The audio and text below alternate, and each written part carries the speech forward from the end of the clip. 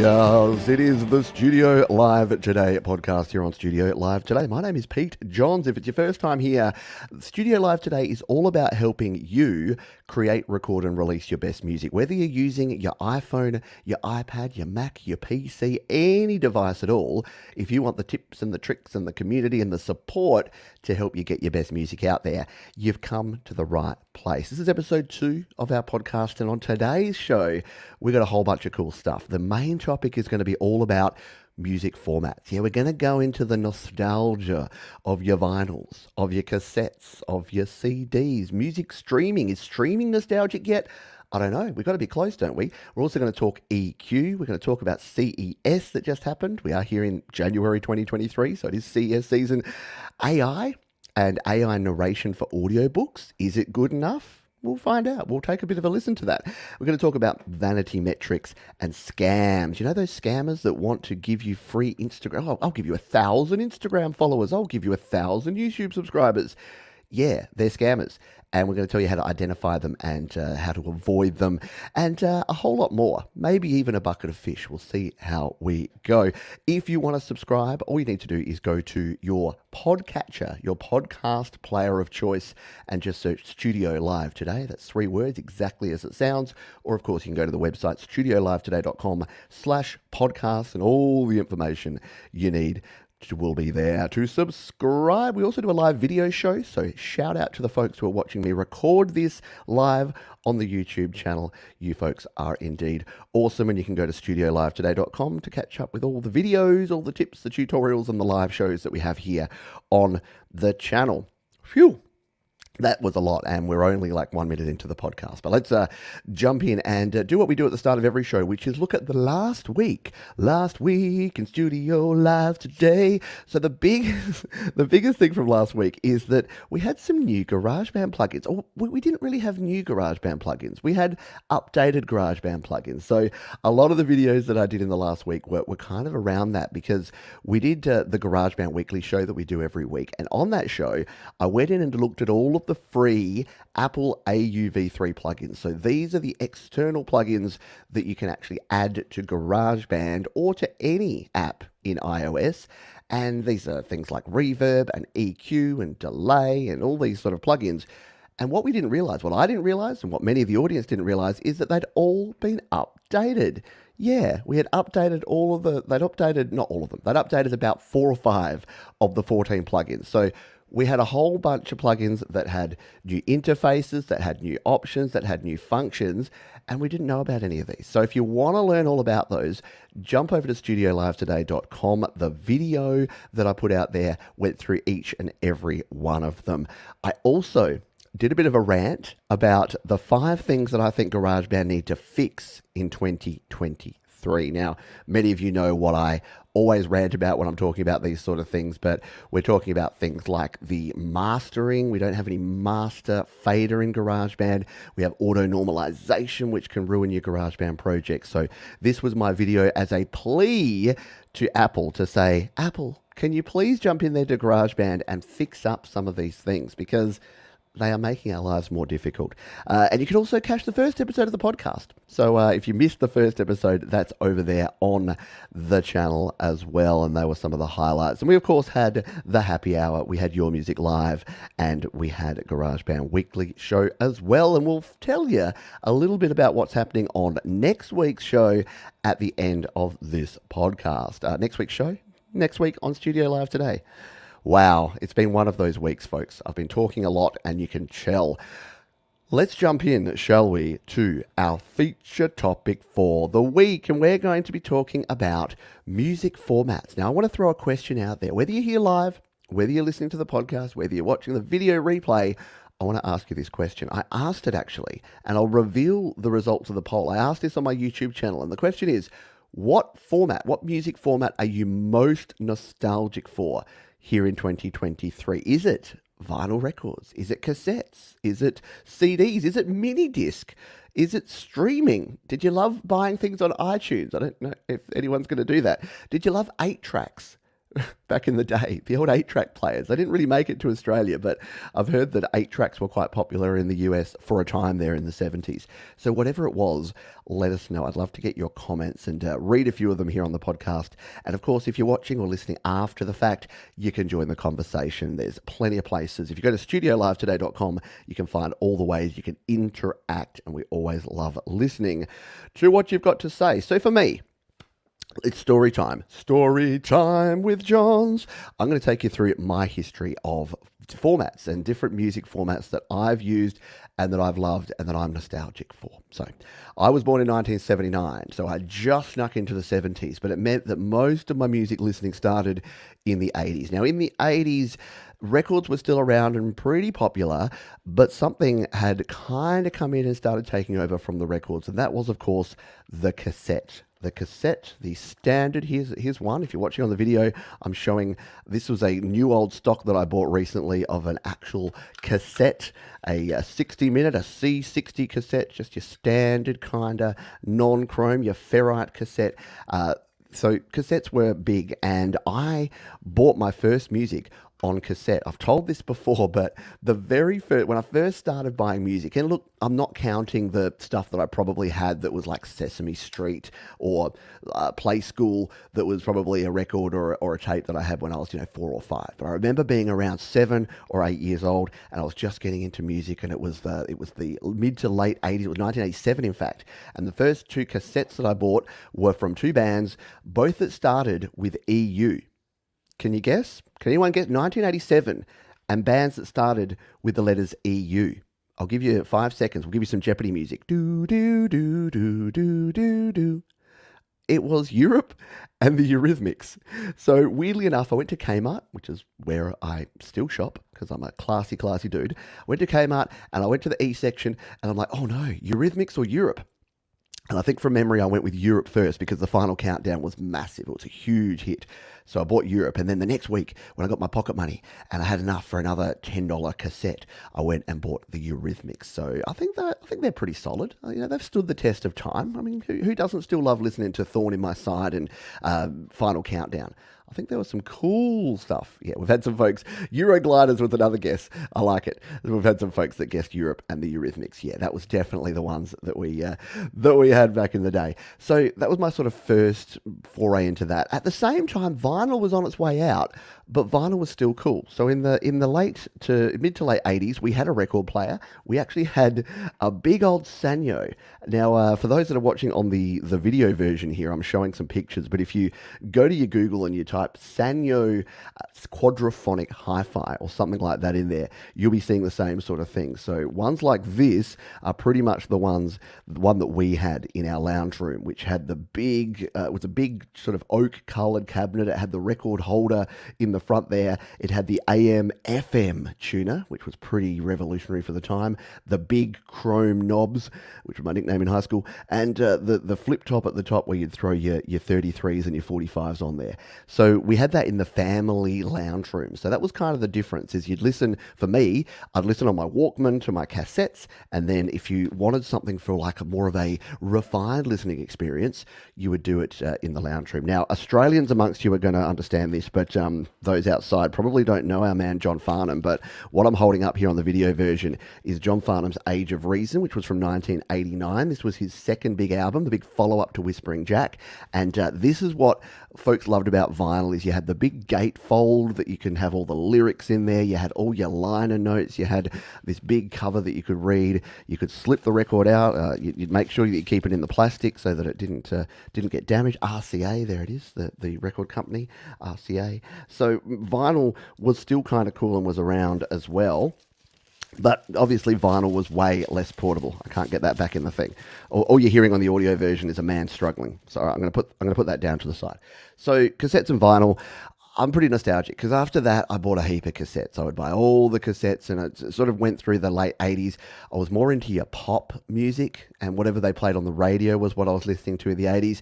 And then we got into the 90s, and you know what happened next. It was CDs. And I'll tell you a little bit about CDs in a moment. I'm just going to grab a few comments from the folks here. Joe Barry Glenn says VCR would record shows and take them away with us camping. There you go, using the VCR for music. Anyone else use a VCR for music? That's revolutionary. Scott Borthwick says, my brother had an 8-track in his first car. The only albums were the ones that were in the car already. There you go. Dan Egberg says, remember dubbing tapes and early CDs to tape before ripping and burning, stealing music before Napster. Yeah, the old double tape deck. Did anyone have that? The double tape deck where you could record from one to the other? Never sounded very good. And then they had high-speed dubbing, which was even worse, where it played the tape at double speed and it recorded at double speed, which if you know anything about tape recording, it means that it used less tape. Yeah, it's just not a good idea. Like, I know you wanted to get that Metallica black tape recorded for your friend before he got picked up by his mum, but still, you probably should have spent a little bit more time and done it at real time rather than the high-speed dubbing. Frank Terzo says, got myself a portable record player and still have a boombox with over 500 cassettes. There you go. Love it. Love it a lot. Very cool. Dan Ekbeck says, loved Annie Lennox and Cyndi Lauper when I was a kid. There you go. And Cold Acre, I bought a completely serviced Marantz cassette deck, 1981, a couple of years back. Plays tapes beautifully. That's the problem. Yeah, tapes these days, the tape decks you can buy, like I bought a little Philips one about 10 years ago, which was kind of the last of the decent ones. Everything you buy now, and if like me, you're a fan of the Techmoan YouTube channel, if you're not, you got to check out Techmoan. Matt over at Techmoan, amazing videos, goes into all this retro stuff about cassettes and vinyl and mini disc and just everything. Like, I love it. I know a lot of you are fans of Techmoan as well, so go check out Techmoan if you want that. So yeah, we got to the point where CDs were going to be a thing. So originally, in fact, I'll show you a couple of little. I'm sorry, apologise to the folks on the audio version, but go and look at this. If you're watching, if you're listening to this live, just grab your phone and just search out some of these terms, and you'll see and you'll get nostalgic for what I'm talking about. So I'm showing here some of the original tape decks. I had a National Panasonic with a brand, a Japanese-made brand that we had here in Australia. I'm sure they were around the world as well. And I'm showing some of the original tape decks. In the 80s, they were silver, and they were like the big boom box style. And then as we got into more of the 90s, we got the smaller little tape decks there that were black. So you could basically tell that if it was silver, it was probably 80s, and if it was black, it was 90s. We then moved in to the age of CDs, and I got, in 1992, I want to say, my very first CD player. It was one that was the little roundy boom boxes. So remember, the boom boxes used to be kind of squared off, and then when CDs came about, we had these boom boxes that had the rounded corners and the little top loading clunky CD that would pop up, and you'd be able to play your CDs as well as your cassettes. So I had myself a little Sony boombox. I'm showing one right now that's like $180. That's probably what it cost in 1992, which is weird. It's weird how nostalgia goes and how people now pay about the same in today's dollars, which actually means that they are probably, actually no, because the inflation probably means that they're cheaper still. But a lot of stuff, especially the vintage stuff, is more expensive. So CDs kind of changed the world, and I had a lot of CDs that I started buying. I'm holding up here my copy of course, Nirvana's Nevermind, which was the original copy I bought in 1992, because I was a little bit late to the Nirvana game. And what I liked about CDs, number one, you got pristine digital audio, and let's just see how scratched up this one is, because it's had plenty of plays. It's not too bad. There's a few fingerprints on there, but it's in decent condition. This one was thrown in and out of that boombox probably up to 100 times between about 1991 and 2000, or probably later than that.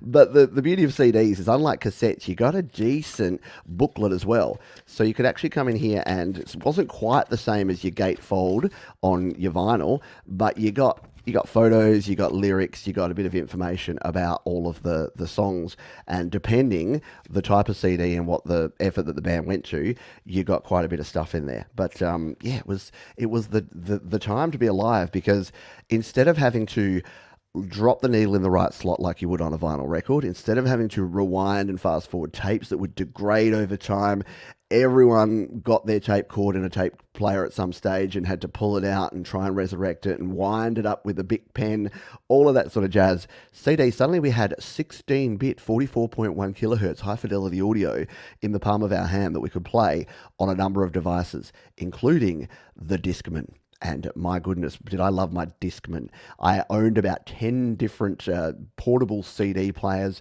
And remember that the first ones, does anyone remember having these that you basically couldn't move them? They were big, chunky chunguses. And the second you moved it, the CD would start skipping. So it had to be like, it was the most stupid portable format because it was totally portable, except it had to be completely stationary, which kind of defeats the purpose. And then the anti-skip, first 3 seconds, then 10 seconds, then like a minute. So what that would do, it was actually buffer the audio of the CD. It would store the audio in memory and then it would play it back. So that was revolutionary for its time to be able to have that level of just portability and listen to your audio in high fidelity as you drove around or as you walked around or as you caught the bus. Yeah, it was amazing stuff. And again, I know CDs came out in 1983, but for me and for many folks I know, it was the 90s. It was well and truly the 90s before we had CDs. And I definitely kept buying cassettes, judging by the cassettes I owned. So all the cassettes I have are Europe and Eurythmics and Bon Jovi and what was the other band I was just trying to think of? Guns N' Roses, yeah, the Use Your Illusion 1 and 2, all of those on cassette. And then it was CDs was all the 90s. It was all the Pearl Jams and Nirvanas and Green Days and Offsprings and Soundgardens. They're all the CDs that I have. And like most people, I have a collection of probably 600 or 700 CDs sitting upstairs gathering dust that may or may not ever see the light of day. We'll see.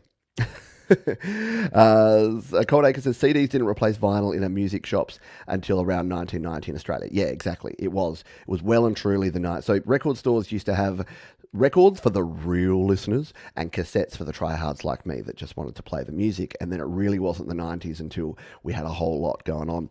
Daddy Gable says, I bought a boombox with CD and cassette player in the 80s and it rocked. Yeah, it was amazing, wasn't it? To actually have the ability to do that. Ed Zelinsky says, thankfully I skipped digital tape recorders, too expensive, not enough market success. Yeah, that's the thing.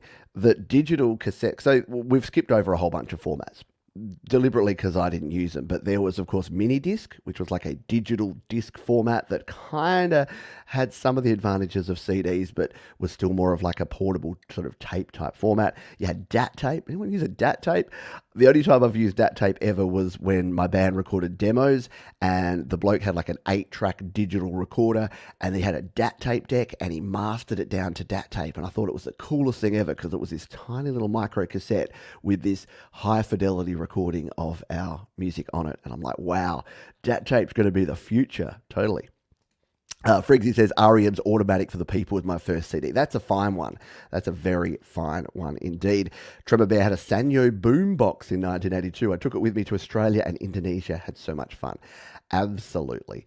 Yeah, gotta love that. Gotta love the old school stuff. And Joe Barry Glenn had a Bush radio so that I could listen to Radio Luxembourg. Very classy. Very good stuff indeed. So I just wanted to, I don't know why, but I was thinking about this during the week that I wanted to chat on this week's show just about music formats and the nostalgia that I definitely have, because I know every time I talk to someone, it just ignites people, because I think we love a bit of nostalgia, probably have rose-colored glasses. I think as someone in the chat here live said, the cassettes were just god-awful, and in some ways they were, but in other ways they were kind of the coolest thing ever, because they, I don't know, just having a little box, having like your Cassingle here. And look, you can have ridiculous things like the Cassingle I'm holding up here from Heart, by the way, I Don't Want to Need You, is bright yellow.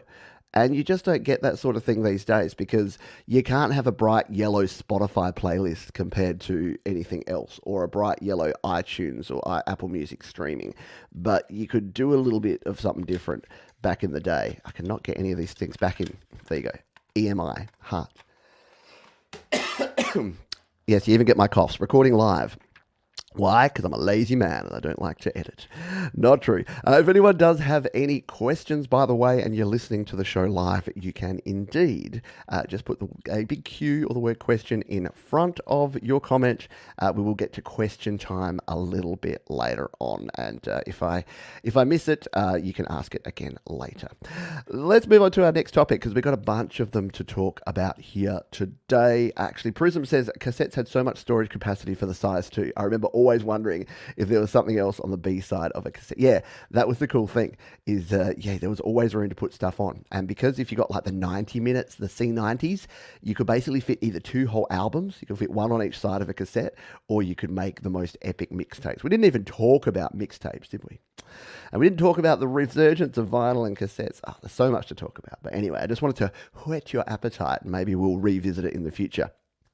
So I wanted to talk about a topic I get asked about a lot, and that is EQ, or equalization. We were talking about the old formats there, and you'd have a graphic equalizer, wouldn't you? Back on your old boom boxes and your old CD players and record players, you would have some form of EQ. Now, EQ can be as basic as a tone knob that is bass and treble, or it can be 2 tone knobs, which is bass and treble, or it can be 5 bands, which is your lows, your mids, and your highs, and everything in between, or it can be 10 bands, or 12 bands, or 20 bands. So what is a band? What is EQ? What is equalization? And why should you care about it for your music? Well, it breaks down to this. EQ, or equalization, is really just about the volume levels of your frequencies. It's like a volume knob, but instead of turning up the whole sound, the whole song, the whole mix, or turning down the whole sound, the whole song, the whole mix, you are just turning up and down a particular frequency. And it really is as simple as that. You can go into a whole lot of information because there's things like linear, there's things like high passes and low passes and cuts and Butterworth and all these other things. But in its absolute basic form, what you want to do with EQ is simply listen to your music and ask yourself the question, is there any part of this in the lows, the mids, or the highs that is sticking out that shouldn't be? And the reason I say it that way, not does this need more bass, is that the most successful folks that use EQ that I know of and that I've worked with and that I've seen create great music use what's called subtractive EQ. And subtractive EQ simply means that instead of going, oh, this song needs more bass, and throwing the bass up, you go, this song has too much treble. Let's find those treble frequencies that are making it feel like there's not enough bass, and reducing those. So subtractive is just the opposite of additive, where you're finding the frequencies that don't sound right and you're reducing them. And it really is as simple as that. If you've ever looked at a parametric EQ, which is those ones that have the little graphs, the little waveforms, you would have seen that you can move the dots side to side, and that's just finding the different frequencies. And the best way to learn this is to use the sweep method. Now, many folks say, don't sweep your EQs. It's not the right way to do it long term, and they're probably right. But when you're starting out, it can really help you identify what sounds are in what frequency. So the way I'd suggest this is grab a vocal and then start playing it back, grab an EQ dot, put it right down to the bottom, and then move it left and right. So you're hearing what frequency is being cut out. And then grab that same EQ dot, pull it all the way to the top, and move it left and right. So you're hearing what those frequencies sound like. And again, remember, frequency doesn't have to be a 4-letter word. It's not hard.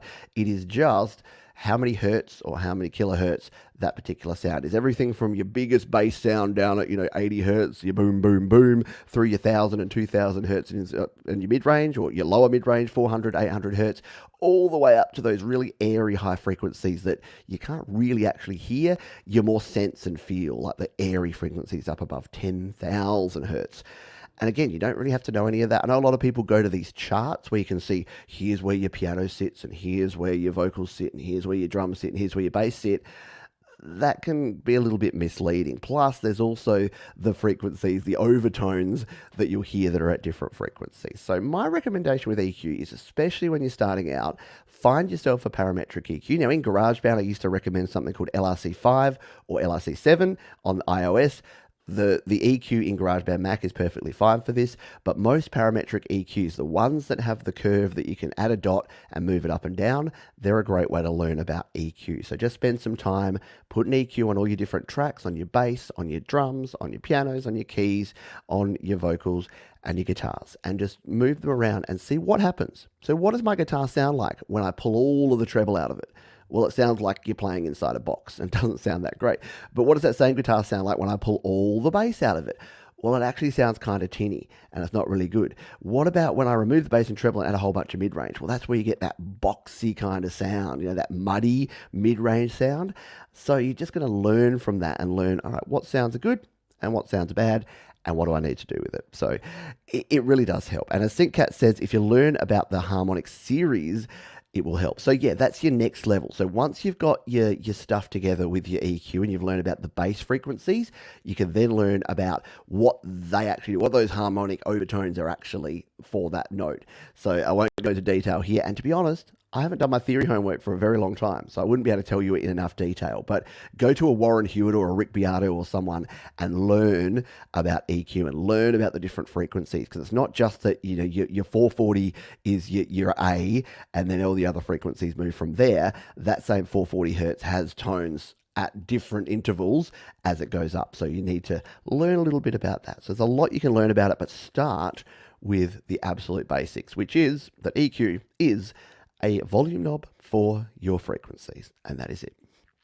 All right, let's move to our next topic, CES. So we are here in January of 2023, and that means that the Consumer Electronics Show, CES, is just completed, and as per usual, it had a lot of weird stuff. It had all of the usual things that we get there. So if you don't know about CES is basically an opportunity for people who are making products to tell you about their newest and greatest products, but it also attracts all the wacky products. So all the things that are like what we call vaporware, which means that a company will put it out there, but it may actually never see the light of day.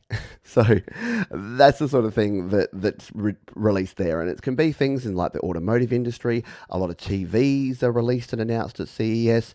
A lot of audio gear, which we'll talk about. But this year, what I've said here in my rundown here is CES is in the toilet, because for whatever reason, I don't know what prompted this, but this year's CES seemed to be all about gadgets to measure your Wii. There's no nicer way to say that. So there were a number of different gadgets that were going to revolutionize your bathroom habits. Now, some of them were, toilets that rivaled the best Japanese toilets that did all the things, and you can imagine some of the things that they do. But interestingly, a lot of the health and well-being stuff that came out was things like a urinalysis toilet that would literally it does exactly what you think it will. You do your business, and then it tells you how much vitamin C you have and whether you're deficient in your B12 and all the rest of it. Now, many people will jump on this is the government trying to spy on us, and I don't know about any of that. I just know that this is an interesting thing for technology. However, let's not talk about the toilet. Let's get out of the gutter and let's talk about audio and what happened with audio. I kept my eye out for anything good. Here's the thing, because I'm big into the Apple stuff, Apple have their own things. They do their own not MacBook. They used to do Macworld. They now do things like their Worldwide Developer Conference, and they do their keynote speeches. They don't spend a lot of time at CES doing anything there. So there wasn't a whole lot in the world of Apple. But there was sort of the accessories and the things that go along with that. And one of the cool things and one of the trends, I guess, I've seen is what I'm doing right now. So live streaming and recording audio.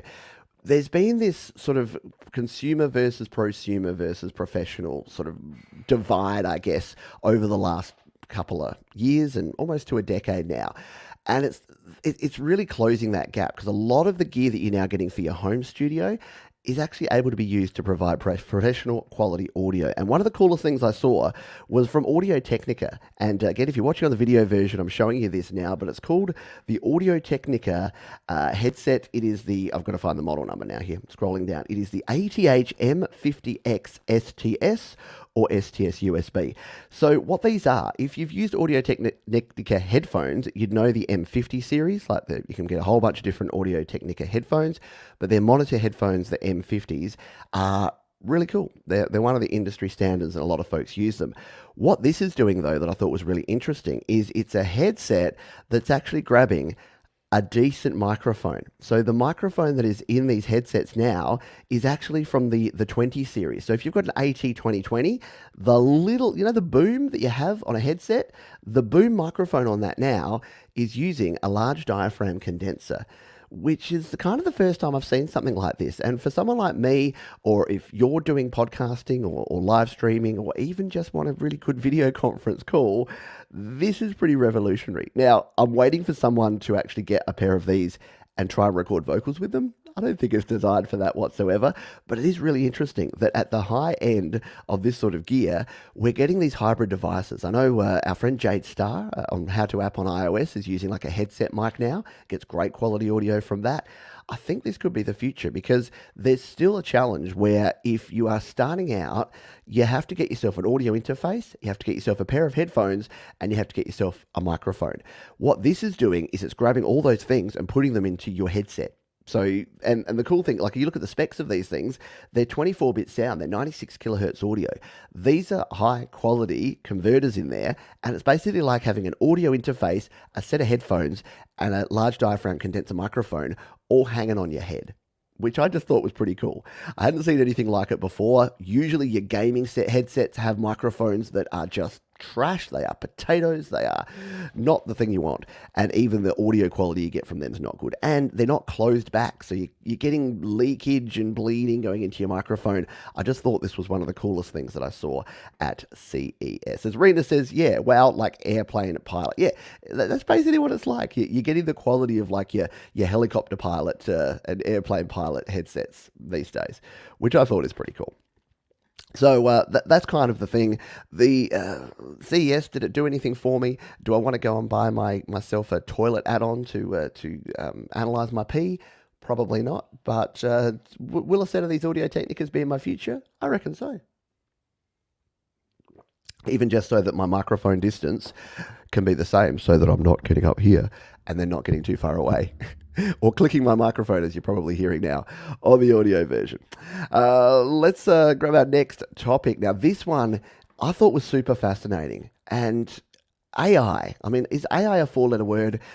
Yeah, there's a lot of talk about AI and artificial intelligence. And it can do some things really well, some things it kind of struggles with.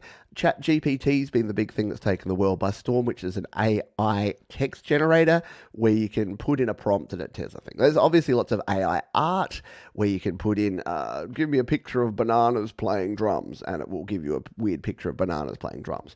And then there's AI music, of course, where you can actually use AI algorithms to determine, hey, play me a nice chord progression that sounds melancholy. And there's apps out there that will do that.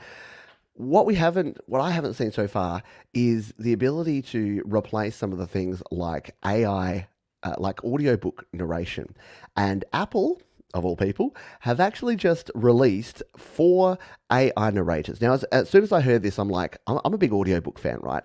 And I love like Will Wheaton is one of the best narrators I've ever heard. If Will Wheaton is reading a book, like if you've read Ready Player One, the classic sci-fi book, it's amazing, and it's brought to life by the narrators. Now, do I think that AI is ever going to replace a human narrator that can actually feel and can actually sell you on it? No. But here's the problem. There are so many books out there that will simply never get a narrator. They're not going to be able to get a Will Wheaton to read their book. So is AI narration good enough? Well, we're going to put that to the test right here and right now. So what I'm going to do is, if you're watching here live, I've actually gone to Apple Books, and you can do the same. If you go to Apple Books on your iPhone or your iPad or even your Mac, you can actually jump in here. And if you search the term narrated by Apple Books, and hit your search button there, it's going to bring up a series of books here, and you can actually listen to what the AI narrator sounds like. Now, I've already downloaded a couple of these, so if I jump over here to my library, weirdly enough, the majority of the books so far that they're using are romance novels. I have no idea why the romance genre. Maybe it's the most popular genre that there's so many of them. Like, you know, the old Mills and Boons book? Maybe there's so many of them out there, but there's not enough people that can actually read them. Or would want to read them. So we're going to listen to a couple here, and I'm going to play you some examples. So the first one I have here, now I know nothing of these authors and I know nothing of these books, but the first one here I'm going to play is called, what is it called? The Hidden. It's by Joe, hang on, let's bring it up here. No, it's not coming up. By Joe Chumas, and this is the quality of AI narration. Let's take a listen. The Journal of Hezbollah Iqbal Sultan Hanam al-Shazira, Cairo, August 1st, 1919. The beatings are getting worse, but Habrid's brutality serves no purpose. So apparently this, weirdly enough, when I did the test, I hadn't heard this book either, by the way, but the beatings are getting worse. What a great first line of a book. But all of these books, I don't know what it is, but all these romance books seem to also be like really like extreme. I don't know. Whatever you're into, whatever floats your boat. But that's Madison. That's one of Apple's new AI narrators. I thought I would grab a different one because, like I said, there's four of them. I've only got two of them here, but I grabbed this one from Richie Green called Pale Moon Rising. It's got 2 stars, but we'll listen to it anyway. I like this one because it has a little introduction here that tells you that it's not quite human. You're listening to the audiobook, Pale Moon, Season 1, Episode 1, Rising, by Richie Green, featuring digital narration from Apple Books. What do you reckon? Introduction. Would you listen to a whole book with narration by Apple Books? I mean, yeah, it's impressive. It's better than I thought it would be. Is it going to replace narrators? I don't know. I don't think so. I don't know. It's good though. Again, here's where I think this is going to be useful. If you need to read like a non-fiction book, where this would have been great for me is that when I had to read like a 26-page report in my day job, if I could get Apple narrator to read that for me, not in that really bad AI voice that you get, like the standard Siri voice, that just drives me nuts. But this is a good step towards the fact that when you have to read large passages of text, and if like me, you are not a great reader, but you are a pretty good listener, I think this could actually have a little bit of a future. I don't know. So let me know what you think. AI narrators, yes, no, maybe. I don't know. It's interesting. It leads us to our next topic. Smokey says that they speak with no feelings. Well, yeah, and that's the thing. Because again, the Will Wheaton book, like you can tell when Will's excited. So a good narrator, you can tell when things are really bad. You can tell when things are amazing. Like, there's a lot more. What would the word be? Emphasizing. They would emphasize the right syllables, and and sometimes your AI they do emphasize the wrong syllables, and it makes it sound a little bit weird. Speaking of which, the related topic here, and what I think is that artificial intelligence in general, people are worried that AI is going to replace everything in the music industry, in all the other industries. AI is going to come and it's going to, they took our jobs, the old South Park thing. But here's the thing. I think what AI will replace is the mediocre. And I've heard this in a few different places and a few commentators talking about this in the last few weeks, but AI is not going to compete with the very best artists, the very best musicians, the very best narrators, the very best writers. What it's going to do is it's going to mean that people that are phoning it in, that have just been doing the minimum effort for the longest time, if you can get an AI that does exactly what they do, it's going to kind of push the quality up. And it's going to mean that people that are mediocre at things are going to have to improve. And I think the biggest thing with this, like, have you read a news article lately? I try not to because I like to be a happy person, and reading news articles doesn't make me happy. It usually angers up the blood. But if you've read some news articles lately, I'm like, man, I don't know if you're day one out of journalism school, but learn to write, my friend, because the writing in a lot of these news sites is so terrible that it actually looks like it's been written by a bad AI. And then when you see what the AI does, yeah, it lacks the emotion. But in terms of like factual reporting and writing something about a thing, it doesn't make the mistakes. It doesn't make the blatant mistakes and have the strangeness that some human stuff can seem to have in there. So I think that there's going to be this niche. There's going to be this middle chunk where things that can be done. It's a bit like, I don't know, it's a bit like things in the automation of factories and things. Something that can just be a repeatable task can just be done again and again. And I think things like writing articles about what happened, like, I'm sorry, but if you're a sports reporter and you're writing, how many times can you say, oh yeah, and the Dolphins this week blew out the Giants 31-14, and Eli Manning had 14 tries and hit 7 goals. Can you tell I don't know anything about American football? Yeah. But that sort of thing can really easily be replicated, because if you've read one sports report, you've kind of read them all. And again, people are going to pile on to me and say, no, but you don't know Joe Smith. Joe Smith writes the best sports articles, and I read Joe Smith every week. Yeah, maybe. But maybe Joe Smith is just really good. But maybe Tim Cunnington is not. So no more Cunnington, but lots of Joe Smith. So Tim Cunnington needs to either lift his game or find another job. I've just poor Tim Cunnington. I have to get a T-shirt that just says "Remember Tim Cunnington." All right, stop saying that. Speaking of AI, they're going to misinterpret the words I'm saying there and turn it into something else if I'm not careful. SM Borthwick says, don't get AI to narrate your audiobooks. Just ask Howling Fret Fumbler to read it for you. Yeah, so we've got people in this very community that have amazing voices. Really good. Mark Bro says a guy just published a children's book that he wrote and illustrated by AI over a single weekend. There you go. Maybe I need to do that. Just program some AI. I could be AI right now. You don't know. I could be an AI voice. I am hoping that in the future I can do what... Did everyone see that... who's the Darth Vader bloke? Luke, I am your father. What's that guy's name? Oh, no. Don't you hate it when you have one of these mental blanks? His name is... Why do I have Sarah Jessica Parker in my head? Earl Jones? James L. Jones, thank you. Whew, we got there. I'm like, Sarah Jessica Parker. I know he had like 3 names. He was one of those 3-name people. So apparently that would have been a very different movie. Not to mention the fact that she was like 2 years old when Star Wars came out. But if, can you imagine if Darth Vader was, instead of being played by James L. Jones, was played by Sarah Jessica Parker? She'd be like... I didn't really want to tell Luke that he was my father. I would rather go shopping for shoes. So I went down to Fifth Avenue and ran into Cynthia. No, I can't remember the name. Oh, man, I can't even remember any names of Sex and the City characters. But yeah. Is that the theme music? I don't know. I've only absorbed Sex and the City through listening sort of third hand as my wife has it playing in the background. All right. It would be a very different movie is what I'm saying there. Man, I'm big with the bad dad jokes and references here today. All right, shall we?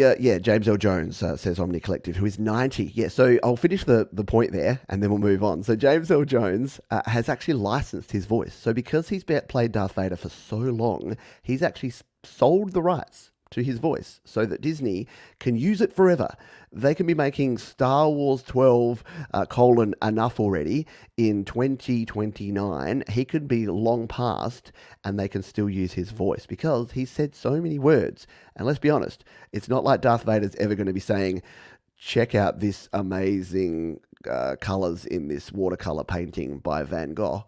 Like, that's not words he's going to say. But the Death Star will rise again. The Force Awakens. I don't know. I'm not a Star Trek fan, so I don't know any of this stuff. Oh, triggering. But yeah, so he's licensed all of that so that his family can continue benefiting. And when his voice is used in the future, he can still be getting royalties from it. Otherwise, he's just going to be replaced with a sound-alike. So I don't know. Do you think that's good? Or is that removing jobs? If Sarah Jessica Parker did in fact want to become the new Darth Vader, has this limited her opportunities because James L. Jones is going to keep the job even after he's gone? Can you imagine if that happened? If you were working for a company and there was like the old, the old guy that's like the manager, and you're like, oh man, I can't wait till Earl retires because he's been running this company for 30 years and he's 74 years old and he's about to retire, and then Earl comes in one day and he's like, well, I've got some good news and some bad news. I'm finally retiring. And you're like, yes, I finally got a chance. I can be the VP of Sailing Peanuts. And then he's like, unfortunately, my AI replicant will be in charge now from now on. So I'm going to go retire. I'm moving to Florida. I'm going to hang out on the beach with my wife. And by wife, I mean new wife, because I traded her in on a 20-year-old model. And the company's going to be run by AI Earl. And then the drones continue working under the harsh, cruel reins of AI Earl. We are getting off on some weird tangents here today. Let's talk about vanity metrics and scams. So I had an interesting scam this week, and I thought I'd share it with you because it's a tale of warning. First of all, you know this, and I don't have to tell you this, but if something sounds too good to be true, it almost definitely is too good to be true.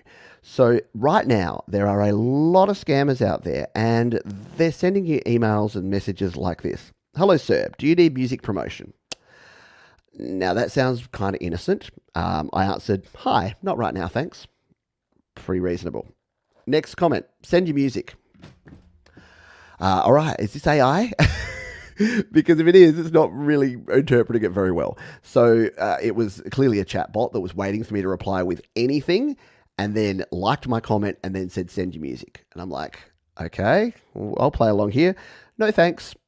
instantly likes my comment, and then I get this. My service is 1, Spotify streams, 2, Spotify followers, 3, YouTube views, 4, YouTube monetization, 5, YouTube subscribers, 6, YouTube likes, 7, Instagram followers, 8, Instagram views and likes, 9, website subjects, 10, backlinks creation, 12, social media ads campaign, and a partridge in... Yeah, you get the gist. So, wanted to sell me on all of this stuff. I got, at this point, all I'd said was nothing. And I'm getting all this thing. So, unfortunately, I made the mistake that I don't want you to make, which is I revealed that I was a human. And this is the problem. This is the problem with answering the phone to those robocall scams that want to sell you a car insurance policy. And, you might have watched Scammer Payback and Program and be like, oh, I want to be like them and I want to play with these scammers. Yeah, that's lovely, except you've just been added to the list of actual people that will at least answer their phone. And they don't care if you're messing with them or whether you're legitimate. You're now getting a whole bunch more robocalls. Unfortunately, it's the same thing with these social media things. Whether it's via email, Instagram message, Facebook Messenger, on a forum, on a group, on a page, directly to you. Yeah, the second that you interact and you do anything, you are being added to a list of people that they're going to contact more. So if you ever wonder, like, why me? Why do I get so many of these things? It's probably because when you got the first one or the second one, you responded and you engaged. Even if it was just to say PO wanker, even if you did that, then you're going to get more of them. So what are these scams? What are they doing? And why should you avoid them? So let's just say that you actually wanted one of those services. Let's just say that you did want to grow your Spotify audience. Let's say that you did want to increase your YouTube subscribers or your Instagram followers. If you do it through one of these services, you are asking for trouble. Not only is it generally against the terms of services of the platform, but the way that these places do it, need to cough. The way that these places do it is through utilizing robots. So yes, maybe AI, but using robots, using automated methods, or they use farms of very underpaid workers in third world countries. Either way, not super cool and definitely breaching the terms of service. So if you're ever wondering how these places that you might see advertising online that say, I can get you 1,000 YouTube views for the low price of just $19.95, and you're like, cool, I'll pay my $19.95, I'll get 1,000 views. Guess what? Those 1,000 views are coming from dodgy IP addresses that eventually will get flagged by the platform as being a fake view, and that can have a lot of ramifications. The same with your followers, the same with your subscribers. These companies are way smarter than you and me, and they're way smarter than the scammers. Sure, the scammers can work out new ways to hack systems and get away with it for a short period of time, but eventually they'll get found out. And even if they don't, even if you don't get found out, you're like, yeah, I got away with it. What's the point? Like, what is actually the point of having, say, I've got my Instagram, and I've got no idea how many Instagram followers I actually have. Maybe it's a couple of hundred. Say I got 200 Instagram followers. And say I paid a service to get me 1,000 more. I've now got 1,200 Instagram followers. It's still only 200 people that actually give a crap about anything I'm doing. The other 1,000 couldn't care less because they're either robots or they're accounts that were created by lowly paid workers in these farm factory places. I'm getting so worked up that I had to cough. I'm going to have some water. So yeah, please don't fall for scams. It's not worth it. And if it's too good to be true, it probably is. So what do you do, by the way? Well, you work hard, you create good content, you engage with people, you use social media as a two-way platform, and then you get people on board that actually care about you and what you do. Because again, remember, the reason I headed this whole thing up with vanity metrics is that they are vanity metrics. They got nothing to do with what's actually going on. You might feel a little bit better if you're looking at your subscriber count or your follower count and it says 1,000 instead of 100, but it actually does nothing. It does absolutely nothing. In fact, here's the thing. Here's the kicker. If you just listen to that and you're like, I'm still going to go out and do it anyway, Johns, whatever. It actually harms you. It damages you. Because if you've got 1,000 followers and every time you put a post out, none of them engage with it, what does that tell the algorithm? It says that your stuff should not be looked at. It says that your stuff is less valuable because algorithms are based on the proportion of people that follow or subscribe to you that actually engage with your content. Therefore, if you have fake subscribers, fake followers, fake people in your platforms, it looks bad. And especially if you do it on a video, like I've seen stories of sometimes folks that they'll have one video and they're like, oh, I'm gonna pump this video, that'll work really well. I'll buy 2,000 views for a video, and they do it, and then you look at their channel and it's like 50 views, 100 views, 150, 200 views, 2,000 views, 100 views, 150. Like, that looks really obvious to other humans. It's like, yeah, you done something super dodgy there, bro. And the algorithm can pick that up in a second. Like, it's so simple and it's so pointless and it makes me cry. So don't do it. Listen to John's on this one. Don't do it. How are we going on time? We're coming towards the end of the show. We've gone off on some tangents here today. I got to tell you. So let's jump in. AI Earl. That needs to be a cartoon or something. Yeah, AI Earl. Go AI Earl. He's cool. All right. Let's finish off with a couple of quick topics here. So I had an interesting one this week, and let me know your views. I'm really interested on this one because in my thumbnails, and when I'm listening to music on Your Music Live, and just in my life in general, I like to throw the horns. Now, if you're watching the video version, I'm doing it right now. Now, my children were saying it should be the one. Do you go horns thumbs out, or do you go horns thumb in front? Anyway, I'm throwing the horn. So what I'm doing is I'm grabbing my index finger and my little finger, I'm pointing them upwards, and my other two fingers are bent over, and then my thumb is either under or off to the side. And that's the universal sign for, yeah, man, rock and roll, that's cool. So someone left a comment for me this week, and I hadn't honestly actually even ever thought about this, but they said, hi Pete, I really like your videos. They were very polite and respectful, got no problem with this comment whatsoever. Hi Pete, really enjoy your videos. I have noticed that on your thumbnails lately you've been using satanic signs. Is there any reason for that? And I was like, oh, yeah, I guess technically the horns are... it's the horns, it's the devil horns, isn't it? It's the sign of the devil, technically.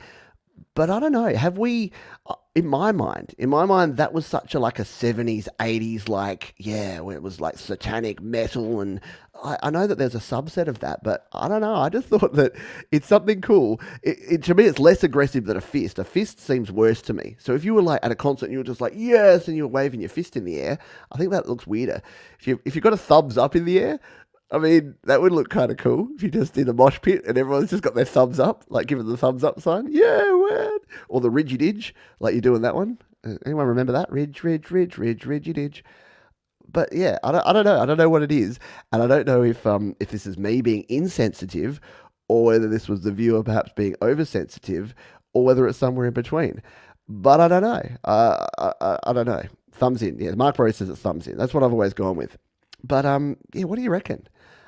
It caught me by surprise and a bit left field, because I thought, of all the things I do that are pretty wrong, and I know that there's plenty of them, and of all the views that I have that are potentially controversial because I'm a lefty hippie, then surely just throwing the horns is just like, yay, rock and roll. I don't know.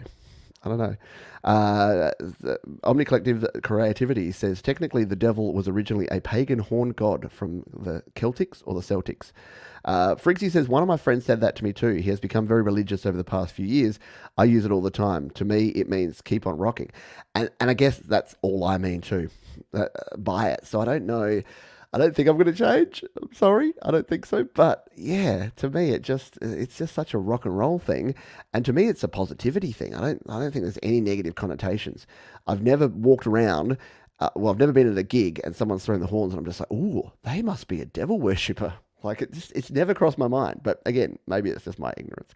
I just thought that was interesting. I'd throw it out there.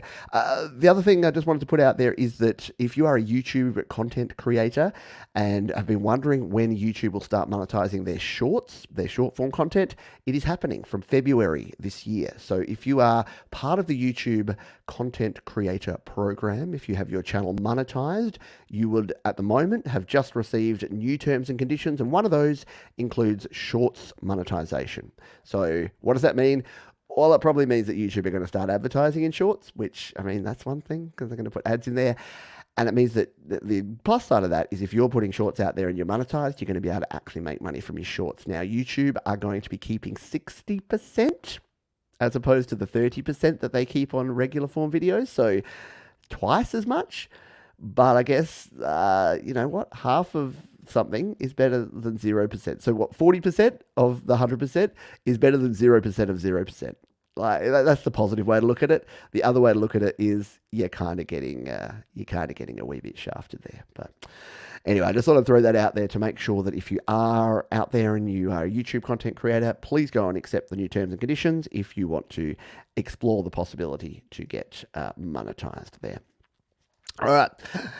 We've only got a couple of questions here, so we're going to be a quick question time here on the show this week.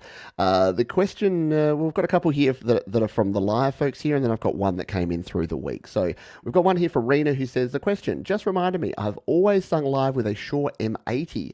The guy that did my sound said the frequency matched my voice best. Wonder if a USB mic could match the frequency of that mic. Interestingly, yeah, so microphone frequency responses, they're those sort of little charts you'll see on the side of the microphone. And that will, so what the person was probably saying is that particular microphone either had a boost or a cut at the frequencies where your voice sounded best. So different microphones will have different frequency curves. I highly recommend going over to a channel called Podcastage, Podcastage, and checking out Bandrew over at Podcastage. He goes into a lot of detail about microphones and about audio and has great information over there. But what you'd probably want to do is, if you've got a microphone that works really well, look up online and find out what its frequency response looks like, its frequency curve, and then if you're looking at a new microphone, look at the same sort of thing. So for instance, a lot of people use the Shure SM7B. Now that one, because it is a what do they call it? Like a studio microphone, a broadcast microphone, that has sort of some low and low mid kind of boost. So some people's voice sound amazing on it, but some people will just sound way too boomy.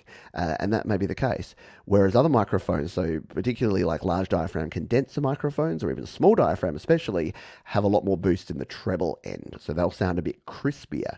So what you want to do is find the right microphone for you, and that can be around its frequency response. So that would be my recommendation there. And remember that a USB microphone, it's still a microphone, but the difference is it has its own built-in audio interface. So if you buy a low-quality USB microphone with a low-quality audio interface, it really doesn't matter how good that microphone is, because the preamp and the converters that are built in are not going to be good. So that's why if you're buying a USB microphone, either accept that if it's cheaper, it's probably not going to have the greatest converters and preamp in there in the interface section, or buy yourself something better, or go down the route of getting a XLR microphone and an audio interface.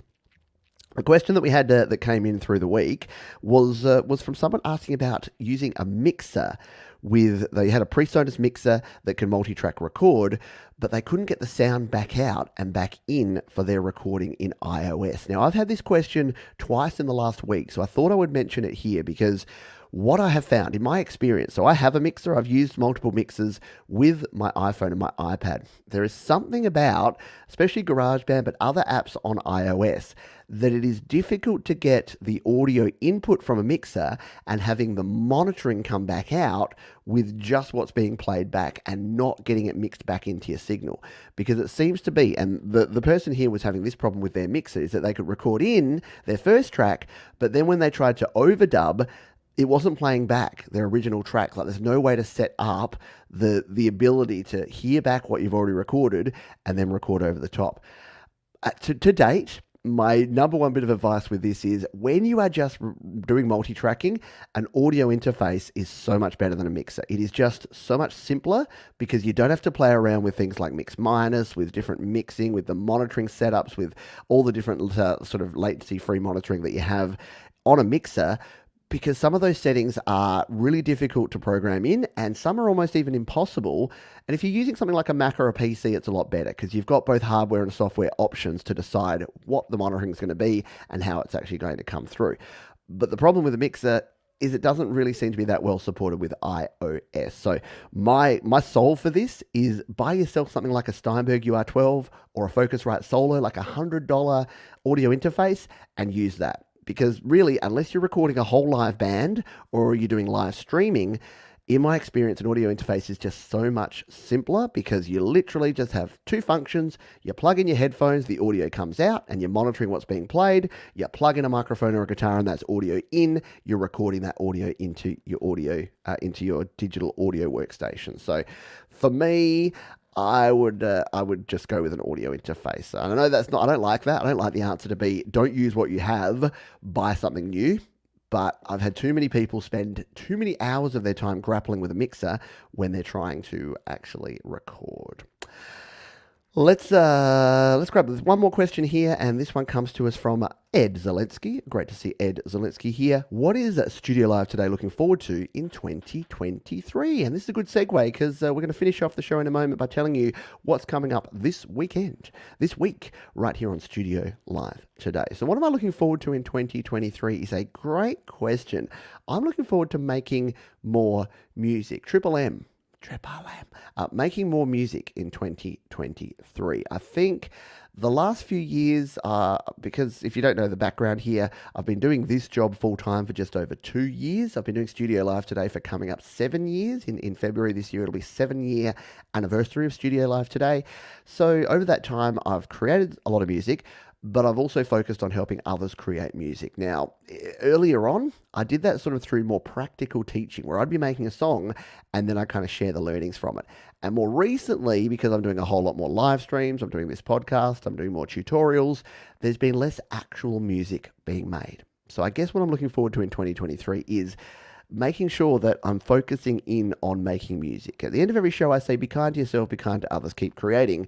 At the moment, I feel like I'm only doing the middle one. I'm not being kind to myself by giving myself a creative outlet, and I'm not actually creating my own music.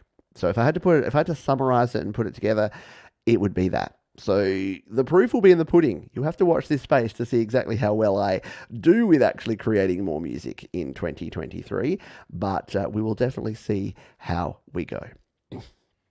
So that is it for this week's podcast. I hope you enjoyed the trip down memory lane. Remember to let me know your favorite music platform. And as I promised, I did promise this earlier in the show, we would review, because I asked this question about a day ago. I said, what music format are you most nostalgic for? And can we get a drum roll? Between the three big hitters, what do you think got up there? What do you think was the most popular? I'll give you again about 5 seconds of thinking music, like we do on the Jeopardy. Do, do, do, do, do, do, do. So, the third most nostalgic format was cassettes. Yeah, your tapes. Your cassette tapes were the third most popular format. So you probably know the other two that are going to be 1 and 2.